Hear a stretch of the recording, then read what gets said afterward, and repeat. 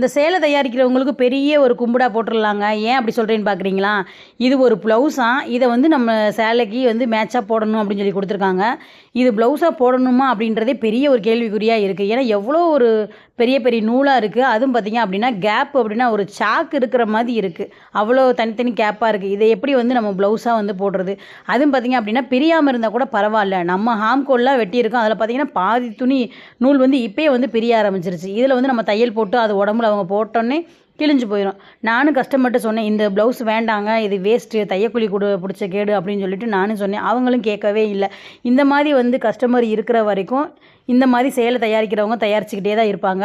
இதே மாதிரி உங்களுக்கு வந்து ப்ளவுஸ் வந்திருக்கா அப்படின்றத மறக்காமல் கமெண்ட் பண்ணுங்கள். இந்த மாதிரி வந்து இருந்துச்சு அப்படின்னா ப்ளவுஸை பாருங்கள். நல்லா இருந்துச்சுன்னா எடுங்க. இந்த மாதிரி ப்ளவுஸ் வந்துன்னா தயவு செஞ்சு எடுக்காதீங்க.